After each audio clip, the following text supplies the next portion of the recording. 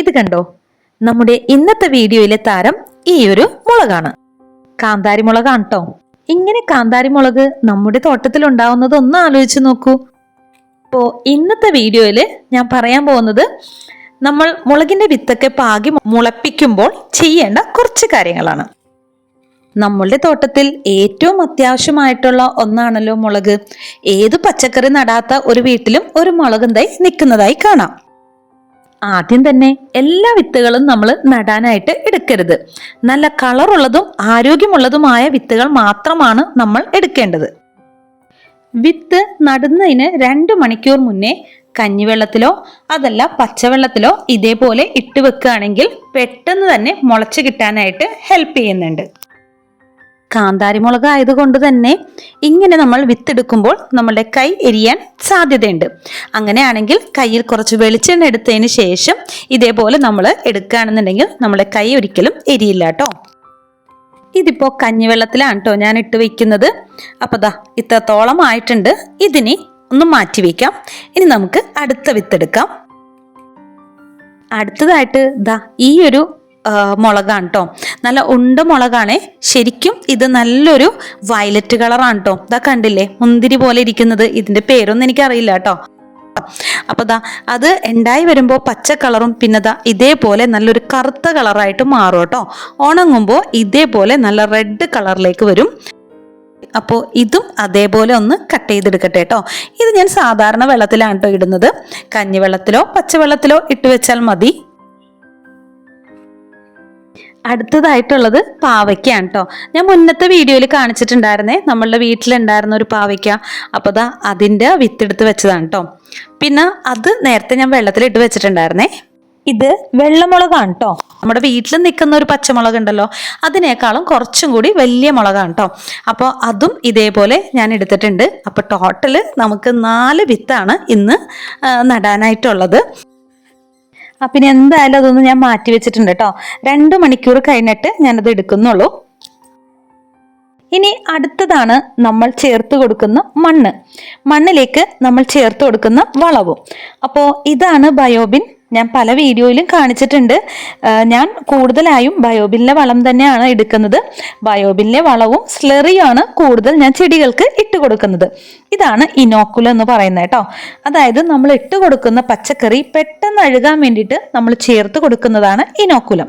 അപ്പോൾ പച്ചക്കറി ഇട്ടതിന് ശേഷം ഇതിൻ്റെ മേലിൽ ഇതേപോലെ ഒന്ന് ഇട്ട് കൊടുക്കും കേട്ടോ. അങ്ങനെ ആകുമ്പോൾ പെട്ടെന്ന് തന്നെ അത് അഴുകി നമുക്ക് വേണ്ട വളമായി മാറും. ഈ ബയോബിൻ വളത്തിന്റെ പ്രത്യേകത എന്താന്ന് വെച്ച് കഴിഞ്ഞാൽ നമ്മൾ അടുക്കളയിൽ ഉപയോഗിക്കുന്ന എല്ലാ വെജിറ്റബിൾസും ദാ ഈ ഒരു ബയോബിനിലാണ് ഇട്ട് കൊടുക്കുന്നത്. അതുകൊണ്ട് തന്നെ ഇതിലെല്ലാ പോഷകങ്ങളും ചേർന്നിട്ടുണ്ട്. നമ്മളുടെ മുളകിന് നൈട്രജൻ വളരെ ആവശ്യമാണ്.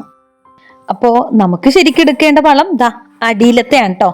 ആദ്യത്തിൽ നമ്മൾ ഇട്ടുകൊണ്ടിരിക്കുന്നതേ ഉള്ളൂ. അടിയിലിരിക്കുന്നത് ഓൾറെഡി സെറ്റ് ആയതാണ് കേട്ടോ. അപ്പം നമുക്ക് അടിയിലെ വളം എടുക്കാം. അപ്പോൾ ആദ്യത്തെ ബോക്സ് ഞാൻ മാറ്റിയിട്ടുണ്ട്. ഇനിയിപ്പോൾ നമുക്ക് രണ്ടാമത്തെ ബോക്സ് ഞാനൊന്ന് ക്ലോസ് ആയിട്ട് കാണിച്ചു തരാം കേട്ടോ. ഇതാ നോക്കി, നല്ലോണം നമ്മൾ ഇട്ട് കൊടുത്തിരിക്കുന്ന പച്ചക്കറികളെല്ലാം തന്നെ അഴുകി നല്ലപോലെ വളമായിട്ടുണ്ട്. മുട്ടത്തൊണ്ടൊക്കെ ഇതേപോലെ തന്നെ കിടക്കുള്ളൂ കേട്ടോ. മുട്ടത്തൊണ്ടൊക്കെ നമ്മൾ പൊടിച്ചിടുവാണെങ്കിൽ അതാണ് ഏറ്റവും നല്ലത്.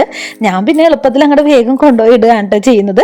പിന്നെ എടുക്കുന്ന സമയത്ത് ഇതെല്ലാം കൂടി അങ്ങോട്ട് മിക്സ് ചെയ്തെടുക്കുകയാണ് ചെയ്യുന്നത്. ഇതാ നോക്കിയേ, നല്ല രീതിയിൽ തന്നെ നമുക്ക് വളമായി മാറിയിട്ടുണ്ട് കേട്ടോ. ബയോബിനിൽ 3 ബോക്സ് ഉണ്ടെങ്കിലും ഞാൻ 2 ബോക്സാണ് യൂസ് ചെയ്യാറ്. കാരണം ഇവിടെ വളരെ കുറച്ച് മാത്രമാണ് നമ്മൾക്ക് പച്ചക്കറി വേസ്റ്റ് വരുന്നത്. അതുകൊണ്ട് തന്നെ 3 എണ്ണത്തിന്റെ ആവശ്യം ഉണ്ടാവാറില്ല. അഡീഷണൽ ആയിട്ട് ഇരിക്കുന്ന ഈ ഒരു ബോക്സ് ചെടി നടാനായിട്ട് ഉപയോഗിക്കാൻ പോവാം കേട്ടോ. അപ്പൊ നമുക്ക് ആദ്യം തന്നെ ഇതാ ആവശ്യത്തിനുള്ള ബയോബിനിലെ വളം നമുക്ക് എടുക്കാം.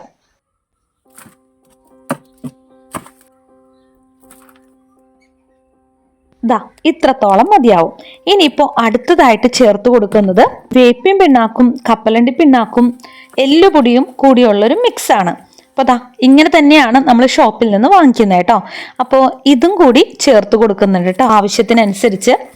അതായത് നമുക്ക് മണ്ണാണ് കൂടുതൽ വേണ്ടത്. മണ്ണെടുക്കുന്നതിൻ്റെ പകുതി ഭാഗത്തോളം ബയോബിനിലെ വളമാണ് നമ്മൾ ചേർത്ത് കൊടുക്കുന്നത്. ഇനി അതിലും താഴെ ഏകദേശം ഒരു 2-3 പിടി മതിയാവും നമ്മളുടെ ഈ ഒരു മിക്സ്. ഇതിൻ്റെ കൂട്ടത്തിൽ ചകിരിച്ചോറ് ഉണ്ടെങ്കിൽ വളരെ നല്ലതാണ്. എൻ്റെ അടുത്ത് ഇപ്പോൾ ചകിരിച്ചോറ് സ്റ്റോക്ക് ഇല്ലാത്തതുകൊണ്ട് ഞാൻ ചേർക്കുന്നില്ല. എല്ലുപൊടിയുടെ ഈ ഒരു മിക്സിൽ കാൽഷ്യവും ഫോസ്ഫറസും നന്നായിട്ട് അടങ്ങിയിട്ടുണ്ട് കേട്ടോ. നമ്മളുടെ ചെടികളിൽ പൂവിടുമ്പോൾ അത് കൊഴിയാതിരിക്കാനായിട്ട് ഇത് ഭയങ്കരമായിട്ട് സഹായിക്കുന്നുണ്ട്. ഇനി നമുക്കിതെല്ലാം കൂടി അങ്ങോട്ട് മിക്സ് ചെയ്തെടുക്കാം. ഞാനിപ്പോൾ ഏറ്റവും മുകളിലാണ് കേട്ടോ വന്നിരിക്കുന്നത്, കാരണം ഇവിടെയാണ് നമ്മൾ മുളക് തൈ വെക്കാൻ പോകുന്നത്.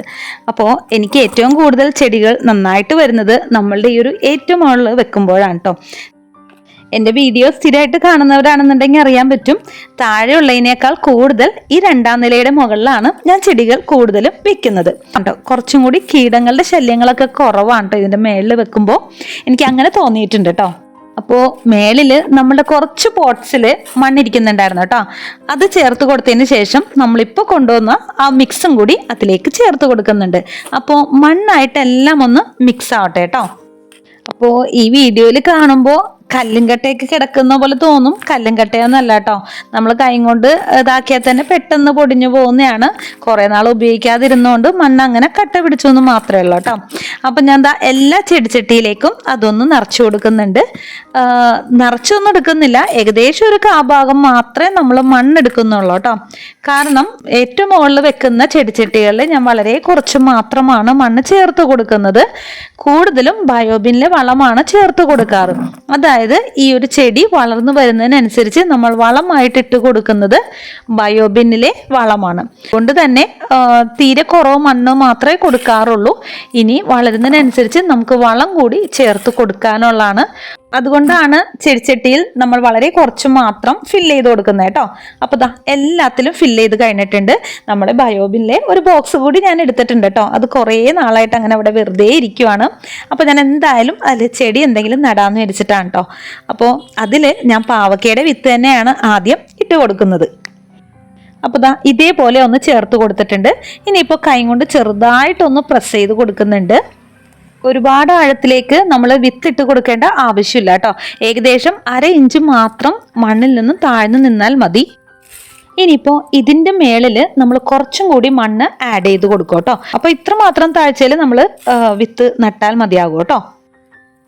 മുളകുകൾ പെട്ടെന്ന് ഉണ്ടാവുന്ന പോലെ തന്നെ കീടശല്യങ്ങളും ഒരുപാടുള്ളൊരു ചെടിയാണ്. അതുകൊണ്ട് തന്നെയാണ് നമ്മൾ മണ്ണൊരുക്കിയപ്പോൾ വേപ്പിൻ പിണ്ണാക്ക് കൂടി ചേർത്ത് കൊടുത്തിരിക്കുന്നത്. ഇത് മണ്ണിലുണ്ടാകുന്ന കീടങ്ങളും ഫംഗസിനെയൊക്കെ തടയാൻ ഹെൽപ്പ് ചെയ്യുന്നുണ്ട് കേട്ടോ.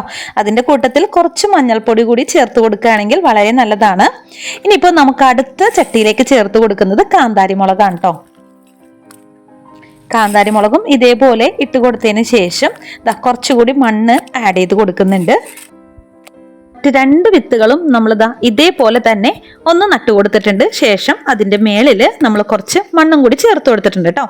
അപ്പോൾ ഞാൻ ഇതൊരു സൈഡിലേക്ക് മാറ്റി വെച്ചിട്ടുണ്ട്. വൈകുന്നേരം കിട്ടുന്ന ഇളം വെയിൽ മാത്രമാണ് കേട്ടോ ഈ ഒരു സൈഡിൽ കിട്ടുന്നത്. അപ്പോൾ ഞാൻ ഇത് 4ഉം മാറ്റി വെച്ചിട്ടുണ്ട്. ഇനി നമുക്ക് അടുത്തതായിട്ട് ഇതിൽ വെള്ളം ചേർത്ത് കൊടുക്കണം. സ്പ്രെയർ ഉപയോഗിച്ചോ അല്ലെങ്കിൽ ഇതേപോലെ വെള്ളം ഒന്ന് തളിച്ചു കൊടുക്കുക മാത്രമേ ചെയ്യാൻ പാടുള്ളൂ. ഈ ചൂടുള്ളത് കൊണ്ട് രാവിലെയും വൈകുന്നേരവും ചെറുതായിട്ട് ഇതേപോലെ തളിച്ചു കൊടുക്കുക. മണ്ണ് അത്യാവശ്യം ഡ്രൈ ആയതിനു ശേഷം മാത്രം നമ്മൾ വെള്ളം കൊടുത്താൽ മതിയാകും. വിത്ത് പാകിയതിനു ശേഷം ഏകദേശം ഒരു 5 ദിവസം കഴിയുമ്പോഴത്തേനും ചെറുതായി മുള പൊട്ടി വരുന്നതായിട്ട് കാണാം. എങ്കിലും ഒരു 10 ദിവസത്തിനുള്ളിൽ എല്ലാം തന്നെ മുളച്ചു വരും എന്ന് വിശ്വസിക്കുന്നു. അപ്പോൾ ഇതിൻ്റെ അപ്ഡേഷൻസ് എല്ലാം ഞാൻ കറക്റ്റായിട്ട് കാണിക്കാം കേട്ടോ. അപ്പോൾ കഴിഞ്ഞ ദിവസം നമ്മളുടെ ഇവിടെ ഭയങ്കരമായിട്ട് മഴയുണ്ടായിരുന്നു കേട്ടോ. മഴ എന്ന് പറഞ്ഞാൽ പോരാ, അതേമാതിരി നല്ല കാറ്റുമഴയായിരുന്നേ. എൻ്റെ ചെടിച്ചട്ടികളെല്ലാം തന്നെ താഴത്തേക്ക് വീണിട്ടുണ്ട് കേട്ടോ. സിറ്റൗട്ടിലിരുന്നതും എല്ലാം നിലത്തേക്ക് വീണിട്ടുണ്ട്. അപ്പോൾ ഈ ഒരു അവസ്ഥ കാണുമ്പോൾ തന്നെ മനസ്സിലാവുന്നില്ലേ, നമ്മളുടെ ഈ ഒരു സൈഡിൽ വെച്ചിരുന്ന വെച്ചാൽ എല്ലാ ചെടികളും തന്നെ മറിഞ്ഞു വീണിട്ടുണ്ട് കേട്ടോ. പ്ലാസ്റ്റിക്കിൻ്റെ ചെടിച്ചട്ടി മാത്രമല്ല, മണ്ണിൻ്റെ ചെടിച്ചട്ടിയും മറിഞ്ഞു വീണിട്ടുണ്ട്. അതുകൊണ്ട് ഞാൻ എന്തായാലും ഏറ്റവും മേളിലത്തെ ലെയറിൽ വെച്ചിരുന്ന വെച്ചാൽ ചെടിച്ചട്ടികളെല്ലാം തന്നെ ഞാൻ താഴത്തേക്ക് ഇറക്കിയിട്ടുണ്ട് കേട്ടോ. അപ്പോൾ നോക്കി, താഴത്തേക്ക് ഇറക്കി വെച്ചിരിക്കുന്ന ചെടികളാണ് കേട്ടോ.